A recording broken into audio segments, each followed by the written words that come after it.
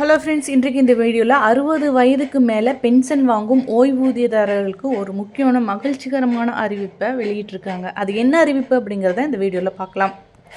இந்தியாவில் ஓய்வூதியதாரர்களின் துறை சீராக்கும் அமைப்பு ஊழியர்களுக்கு சிறந்த பென்ஷன் வருவாயை பெற்றுத்தரும் நோக்கில் தனியார் ஓய்வூதிய நிதி நிறுவனங்களுக்கு முதலீட்டு வாய்ப்புகளை விரிவுபடுத்த திட்டமிட்டுள்ளது.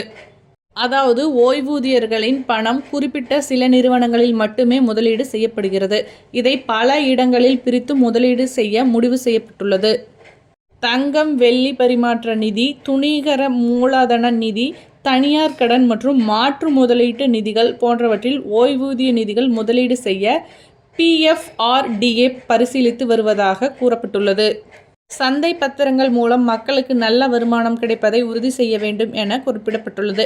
இதனால் தற்போது குறிப்பிட்ட சில அமைப்புகளில் மட்டுமே முதலீடு செய்யப்படுகிறது. அது மாற்றப்பட்டு முதலீடுகள் வேறு துறைகளுக்கு மாற்றப்படும். இதனால் அதிகமான பென்ஷன் கிடைக்கும்.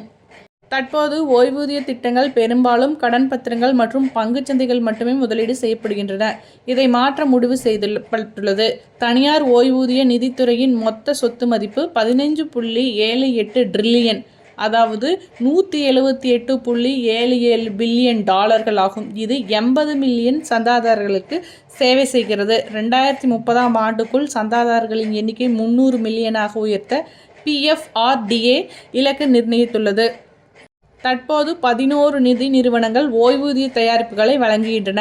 Bajaj finance, bank of Baroda போன்ற பல நிறுவனங்கள் இந்த துறையில் நுழைய பேச்சுவார்த்தை நடத்தி வருகின்றன.